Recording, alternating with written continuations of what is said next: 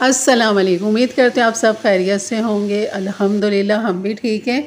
और यहाँ आज मैं आपको बहुत ही आसान, बहुत ही कम मसालों के साथ और यकीन करें बहुत ही लजीज और मज़े का बनता है और बिल्कुल बनाना बहुत ही आसान है। तो चलिए, ये है हमारी आज की रेसिपी, टमाटर गोश्त, जिसको आप चिकन के साथ, बीफ के साथ, मटन के साथ, जो आपको पसंद हो यहाँ पर आप बना सकते हैं, बिल्कुल सेम रेसिपी के साथ। और यहाँ पर सिर्फ आपको तरीका सिखाऊंगी, बाकी गोश्त का जो है वो आप अपनी मर्ज़ी के हिसाब से ले लीजिए। तो चलिए बनाना शुरू करते हैं। बिस्मिल्लाहिर्रहमानिर्रहीम। यहाँ पर मैंने हाफ़ कप से थोड़ा सा ज़्यादा मैंने ऑयल ले लिया था और सफ़ेद ज़ीरा डाल देंगे 1 टीस्पून, अदरक लहसुन डाल देंगे 1 टेबल स्पून। इनको हल्का सा हमने 1 मिनट के लिए यहाँ पर भूनना है। और जो गोश्त है, आप चिकन ले लें या बीफ मटन ले लें, वो यहाँ पर डाल दें इस टाइम। और यहाँ पर डालने के बाद बस इसकी करनी है अब यहाँ पर हमने भुनाई, कम से कम 5 से 7 मिनट आपने इसकी यहाँ पर भुनाई करनी है गोश्त की। और यहाँ पर खूब अच्छा सा हमने इसको भूनना है। तब तक हमने इसकी भुनाई करनी है जब तक गोश्त का कलर चेंज नहीं हो जाता, गोश्त का जो अपना एक पानी है वो ख़त्म नहीं हो जाता, तब तक हमने इसकी यहाँ पर करनी है भुनाई। क्योंकि आगे हमने कोई ख़ास भुनाई नहीं करनी है इसकी, सारी जो भुनाई की मेहनत है ना वो यहीं पर आपने 5 से 7 मिनट गोश्त को खूब अच्छे से भूनना है। चिकन हो तो उसको भी आपने यहीं इसी तरह इसको भूनना है चिकन को। अब ये देख रहे हैं आप, जैसे गोश्त का कलर चेंज होता जा रहा है और इसका पानी भी ड्राई होता जा रहा है, तो आपको ऑयल बिल्कुल अलग नज़र आने लग जाएगा। मैंने इसकी आंच दरमियानी साइज़ की रखी हुई है, तेज़ आंच नहीं रखी है, ना बहुत हल्की रखी, बिल्कुल दरमियानी आंच है यहाँ पर। अब यहाँ 5 से 7 मिनट हो गए, तो हमने यहाँ पर ड्राई मसाले डालने हैं 3, जिसमें है लाल मिर्च हाफ़ टी स्पून, हल्दी है हाफ़ टी स्पून, भुना और पिसा हुआ सफ़ेद ज़ीरा ले लेंगे 1 टीस्पून भर के। और यहाँ पर इन तीनों मसाले के साथ इसको भी 2 मिनट के लिए हमने यहाँ पर भून लेना है, क्योंकि ज़्यादा भुनाई हमने नहीं करनी वरना मसाले यहाँ पर जल जाएंगे। क्योंकि पानी जो है वो बिल्कुल ख़त्म हो चुका है, बस इस तरह हमने इसको मिक्स करना है। इसके बाद फिर जो हमने टमाटर डालने, जैसे कि इसका नाम है टमाटर गोश्त, तो जितना आप गोश्त लेंगे इतने ही आपने टमाटर लेने। तो मैंने यहाँ पर जो गोश्त लिया है वो तकरीबन आधा किलो गोश्त लिया है और आधा किलो ही टमाटर लिए हैं, जिनको मैंने बारीक रफली चॉप कर लिया है। और बस इसको अब हम यहाँ पर डाल देंगे, गोश्त के अंदर डाल देंगे टमाटरों को और ख़ूब अच्छा सा यहाँ पे मिक्स करना है। हमने यहाँ भुनाई नहीं करनी है, बस इसको मिक्स करके अब हमने यहाँ पे इतना पानी डालना है। अगर आप बीफ मटन डाल लें तो उसके हिसाब से आप यहाँ पर 1 गिलास पानी डाल दें, चिकन डाल लें तो 1 कप के हिसाब से पानी डाल दें। क्योंकि चिकन हाफ़ डन तो हो चुकी होगी जब आप भुनाई करेंगे उसकी, उसके बाद सिर्फ हाफ़ कप जो है उसके लिए काफ़ी होगा पानी। और टमाटर को गलने के लिए भी टाइम चाहिए होगा, तो उसके लिए भी हमने पानी डालना है। तो यहाँ पर मैंने तकरीबन 1 गिलास पानी डाल दिया है। और जैसे इसमें उबाल आएगा तो इसकी आंच मैं हल्की कर दूंगी दम पे, ताकि गोश्त हल्की हल्की आंच पे ये गलता रहे, पकता रहे। तो यहाँ तकरीबन 30 से 35 मिनट हो चुके हैं गोश्त को पकते हुए। तो चलिए अब चेक करते हैं। और यहाँ पर ये टमाटर जो हैं बेहतरीन गल चुके हैं, लेकिन अभी थोड़े से खड़े खड़े से, बस इनको मैश करने की ज़रूरत है। और गोश्त को भी हम चेक कर लेंगे, पानी भी इसका खूब अच्छा सा ड्राई हो चुका है, लेकिन अभी पानी बाकी है थोड़ा सा। और यहाँ पर जो है गोश्त को चेक करने के लिए मैं बोटियाँ ढूंढ रही हूँ कि कौन सी बोटी लूँ जो एकदम टूट जाए, पता लग जाए कि गोश्त गल चुका है।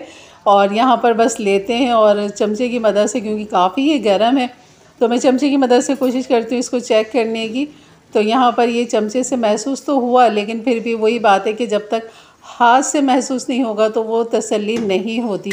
तो बिल्कुल गोश्त दब चुका था और ये बिल्कुल गल चुका था। तो बस अब मैंने यहाँ पर इसको ढकना नहीं है, अब यहाँ पर इसको खुला पकाना है यहाँ पर, और साथ साथ टमाटरों को भी मैश करना है।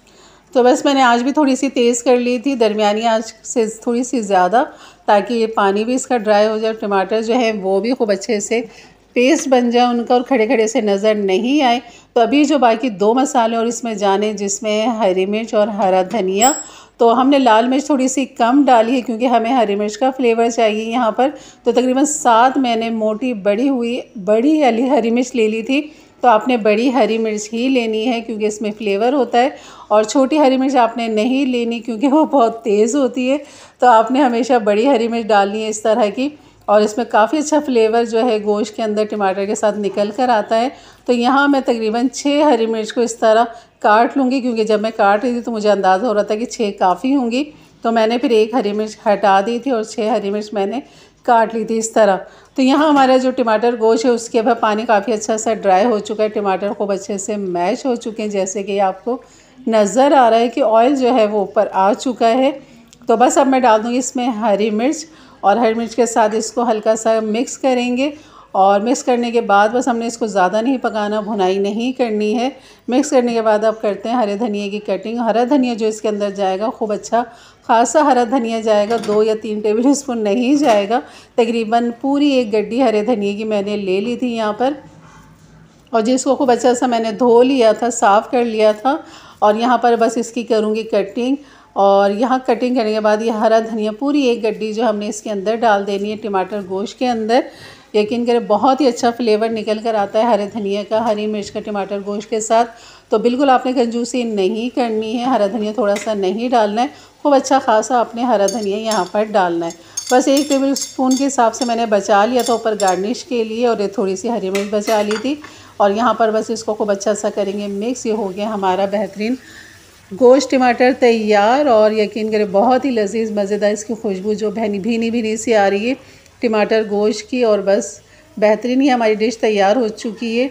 और यकीन करें बहुत ही लजीज है, बहुत ही झटपट कम मसालों के साथ।